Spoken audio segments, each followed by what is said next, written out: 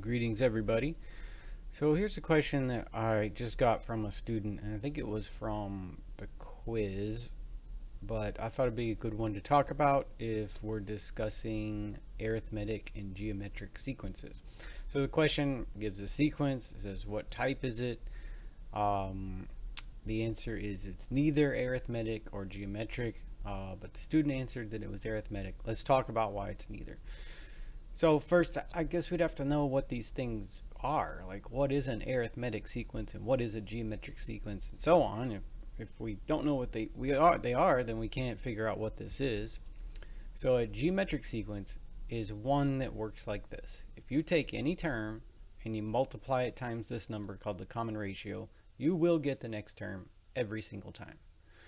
So for example, if I have this sequence, 1, 9, 18, 28, and it goes on from there with whatever pattern has been established, then it looks like, with multiplying, how would you get from the first term to the second term? It makes it look like the common ratio, is 9. Isn't the first term times 9, isn't that going to get you the second term? Yeah. 1 times 9 is 9. But if you continued that, would it get you the third term? So if you take the second term and you multiply it times 9, do you get the third term? What's 9 times 9? It's 81. It's not 18. And you can keep going. If you multiply the third term times 9, are you going to get the fourth term? Well, 9 times 18 is not 28, so no, you're not. So there is not a number, a fixed number, that you can multiply any term by and get the next term. All right?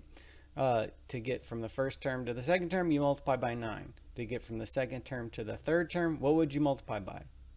9 times what's 18? 2. So, it's like there's no fixed number that you can do that with. There's no fixed number. You take any term and multiply it and get the next term. So it's not geometric. Okay? It just doesn't work like that. Okay? Could it be arithmetic? Well, an arithmetic sequence, you take any term plus this number called the common difference, and you will get the next term every single time. Okay? So once again, we get 1, 9, 18, and 28, and it goes on from there with whatever pattern has been established. It looks like, well, how do you get from the first term to the second term? Wouldn't D be 8? Yeah, so if I take 1 and I add 8, I get 9. If I take the first term and I add 8, I get the second term. So, well, maybe it is arithmetic. Maybe the student was right. It's arithmetic. Because there is a number, I can take the first term and add that number to the first term and get the second term. And that number is 8. But does that keep working? What if you take the second term and you add 8? Do you get the third term? Because if this was arithmetic, then you would. So let's see, what's 9 plus 8? 9 plus 8 is 17, not 18. So it breaks down and it doesn't work. Okay? You'd have to add 8 to get from the first term to the second term.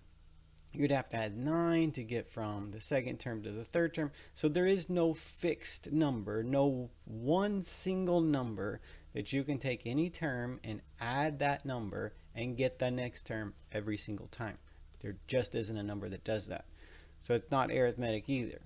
Okay? So if those were my choices, maybe there is a pattern to this, but it's not geometric and it's not arithmetic. Okay? And if you're giving me the choices that it's either arithmetic, geometric, or neither of those, then it has to be neither of those because it just doesn't follow either of those patterns.